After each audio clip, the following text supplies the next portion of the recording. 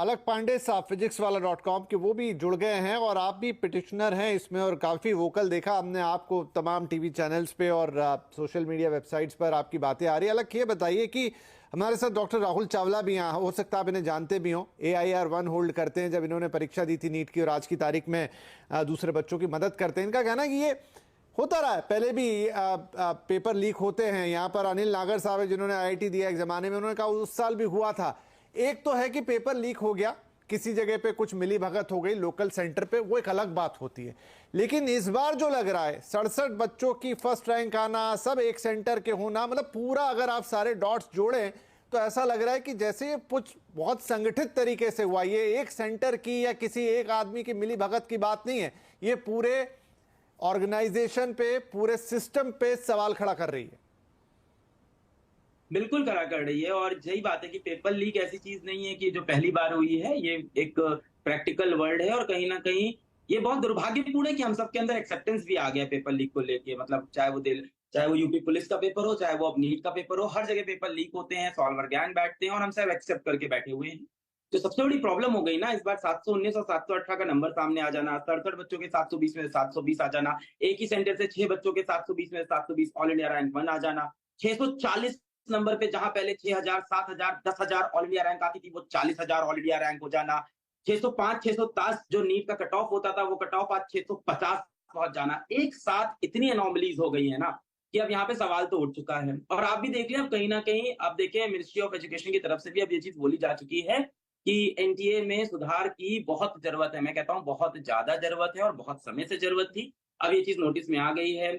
हर दिन हम देखते हैं कि जैसे हमारी जब हियरिंग थी, जिस दिन हमारी सुप्रीम कोर्ट में हियरिंग थी, पहले दिन एनटीए आता है, कहता है हम ग्रेस नंबर को पूरी तरह से खत्म कर देंगे, हम ग्रेस नंबर का कॉन्सेप्ट अब लेके ही नहीं रखेंगे, 1563 बच्चों को हम पूरी तरह से हटा रहे हैं उनका रीटेस्ट।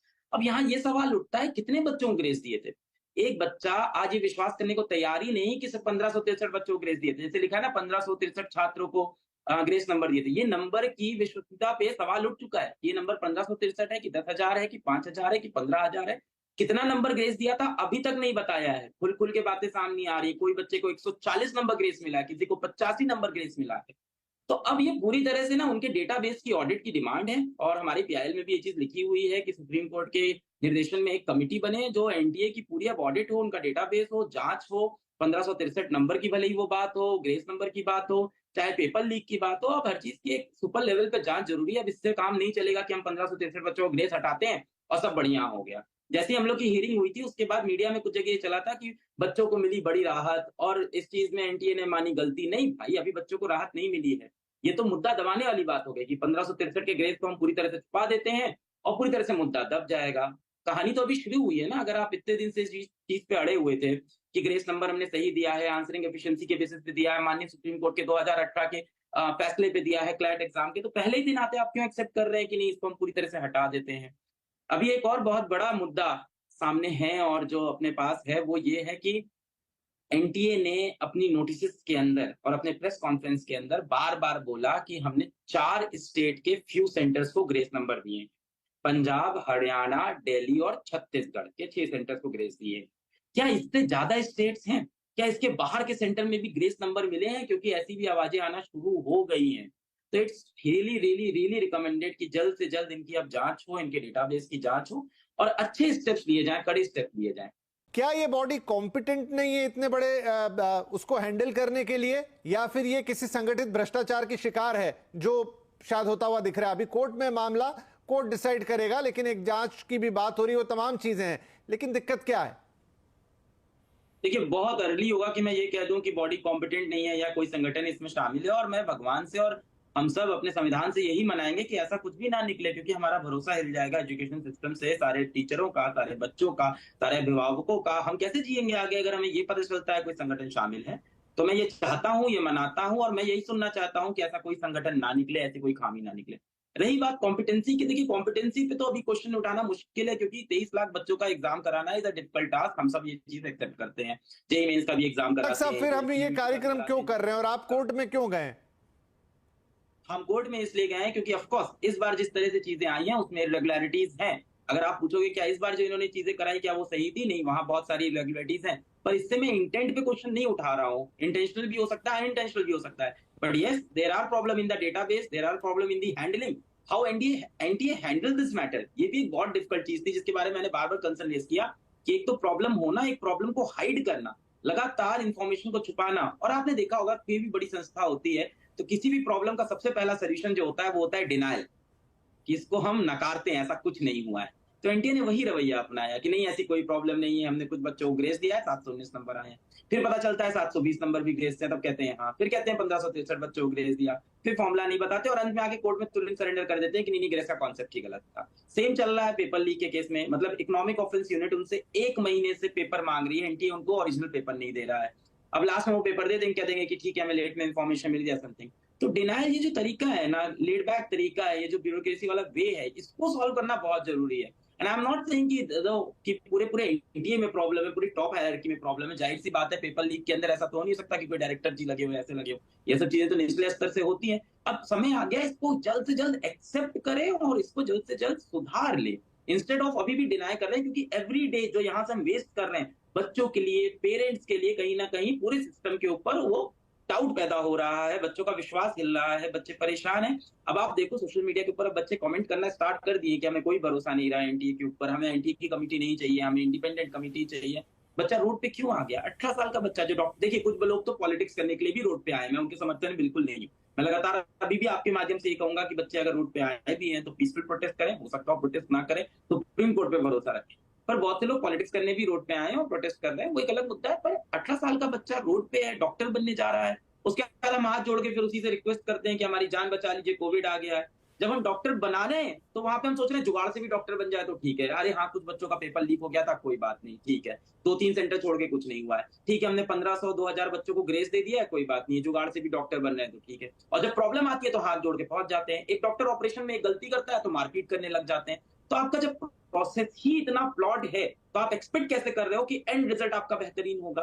तो मुझे लग रहा है कि बहुत ज्यादा इस टाइम जरूरत है। पर कॉम्पिटेंसी पे जहां पे सवाल है ना, it's too early to ask such a big question competency वाला। एंड आई डोंट वांट कि ऐसा हो, I just don't want, we all don't want that. Right हमारे देश की बहुत ही प्रतिष्ठित एग्जाम और हमारे देश का बहुत ही प्रतिष्ठित एक संस्थान, लेकिन जो घटा है क्योंकि आप ही लोगों ने आवाजें उठाई और इसीलिए आज हम टीवी पे बैठे हैं। आप भी पिटिशनर हैं, एक और पिटिशनर जो आने वाले थे वो नहीं आए, बाकी सब लोग भी जो यहाँ बैठे हैं एक सुर में वही बात कर रहे हैं। हम ये भी जानते हैं कि खासतौर पे जो मेडिकल वाला पूरा मामला है, एक एक सीट की कीमत क्या होती है, कितना पैसा इसमें इन्वॉल्व होता है, वो सारी चीज़ें भी मैं यहाँ नहीं बोल रहा हूँ। लेकिन बस उन्हीं सारी चीज़ों की वजह से ना ये चीज़ जाती है इस तरह की गड़बड़ियों में कि क्या पीछे सब कुछ सही है? नहीं, डेफिनेटली पीछे सब कुछ सही नहीं है। और ये मुद्दा होने से आज ये नेशनल इंपॉर्टेंस बना है। आज आप इसके बारे में बात कर रहे हो, हम सब इसके बारे में बात कर रहे हैं, आज दुनिया इस बारे में सुन रही है, न्यूज पे ये चीज दिखाई जा रही है।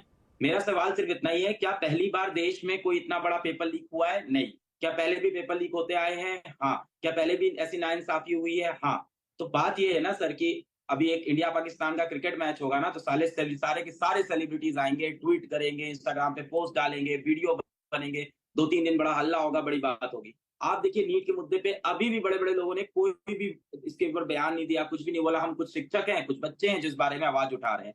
और 4 दिन बाद, 5 दिन बाद मान लेते हैं कुछ कंस्ट्रक्टिव डिसीजन आ भी जाता है, तो क्या होगा? सब लोग भूल जाएंगे, वापस उसी सिस्टम में चले जाएंगे, बातें खत्म हो जाएगी। पेपर जैसे लीक होता था वैसे लीक होता रहेगा, सिंडिकेट जैसे ऑपरेट करता था वैसे ऑपरेट होता रहेगा। सबसे पहली चीज है इंटेंट। क्या हमारा इंटेंट क्लियर है कि हमें इस तरह के माफियाओं को जड़ से उखाड़ के फेंक देना है? हमें चाहिए ही नहीं पेपर लीक, हमें चाहिए ही नहीं इंपर्सनेशन।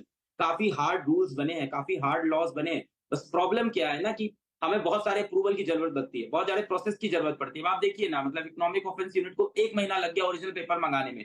तब तक क्या अपराधी वहां पे अपने कनेक्शन नहीं स्ट्रॉन्ग कर रहा होगा? तब तक क्या उसने अपने बचाव में सबूत नहीं इकट्ठा कर लिए होंगे? आप गोधरा के अंदर देखिए, गुजरात में, वहां पे भी एक डिटेल्ड एफआईआर है जो बता रही है किस तरह से एक स्कूल के प्रोफेसर है फिजिक्स के, तुषार भट्ट, जो कि सेट करके बैठे हैं कि 16 बच्चे जो इनके एग्जामिनेशन सेंटर गोधरा में बैठेंगे, और ये 16 के 16 बच्चे सब बाहर से आए हैं, कोई भी गुजरात का नहीं है। सब दूसरे स्टेट से गुजरात में आके गोधरा सेंटर ले रहे हैं, मतलब कैपिटल सेंटर भी नहीं, गोधरा का सेंटर लेते हैं। सारे के सारे 16 बच्चे उस सेंटर पे बैठते हैं। उनको व्हाट्सएप पे पूरे मैसेज मिले तुषार भट्ट के मोबाइल के ऊपर, व्हाट्सएप पे सारे मैसेज हैं। डीएम साहब का आदेश आया था, कैप्चर हुआ उनको मोबाइल, 16 बच्चों के पूरे व्हाट्सएप पे मैसेज हैं कि ये बच्चा कंफर्म है, ये बच्चा कैंसिल है, लिस्ट में एक बच्चा ऐड हो गया है, 16 बच्चे टोटल हैं। ये अपनी ओएमआर में उतना ही आंसर भरेंगे जितना इनको आता है, आगे के आप भर देना। उनकी गाड़ी से 7 लाख रुपए बरामद हो गए। इतने सबूत, इतनी चीज होने के बाद भी एनटीए के अपने स्टेटमेंट में क्या लिखते हैं, NTA category denies any paper leak. So denial is not the answer, strict actions are the answer. कि आप बोलो अच्छा वहां पेपर लीक हुआ है, हम सख्त से सख्त कार्रवाई करेंगे, कड़ाक से आप पकड़ो। तो क्या हम एफिशिएंट नहीं है? हम एफिशिएंट है। देखिए we are living in a country जहां हमें एक न्यूक्लियर मिसाइल भी लॉन्च करनी होती है ना, तो वो एक रातों रात एक साइन पे हो जाती है। तो yes we have that power, हमारे संविधान में ये सारी पावर है, डिस्क्रिटरी राइट्स है। जैसे कि माननीय सुप्रीम कोर्ट ने, जैसे ये बात बहुत चल रही काउंसलिंग वाली, तो माननीय सुप्रीम कोर्ट ने जिस दिन हम लोग कोर्ट पे थे, जिस दिन फैसला हमारा चल रहा था, उस दिन उन्होंने यही बोला था कि काउंसलिंग को होने देते हैं, एडमिशन को भी होने देते हैं। इन केस कुछ भी गड़बड़ी निकलते है, हमें बाद में कुछ भी गड़बड़ पता चलता है, तो we have all the powers to revert everything. Of course वो प्रैक्टिकली पॉसिबल नहीं है, बच्चा बैंक से लोन लेके कॉलेज में पढ़ रहा होगा, पीजी ले लेगा, हॉस्टल ले लेगा, कपड़े खरीद, बहुत मुश्किल है। But supreme court has so much power and our system has so much power, it's so much efficient. बात इंटेंट की है, क्या हम एक्चुअली इस प्रॉब्लम को नेशनल इंपॉर्टेंस समझते हैं कि नहीं समझते हैं? ये क्या हम इसको नेशनल सिक्योरिटी का मैटर समझते हैं कि नहीं? क्या डॉक्टर बनाना हमारे लिए इतना इंपॉर्टेंट है या नहीं है? सारी बात इंटेंट की है। We are very capable and I am very proud of my country. हमें पता है हम जब चाहेंगे हम चीज को तुरंत सॉल्व कर सकते हैं। क्या हम करना चाहते हैं? ये बड़ा क्वेश्चन है।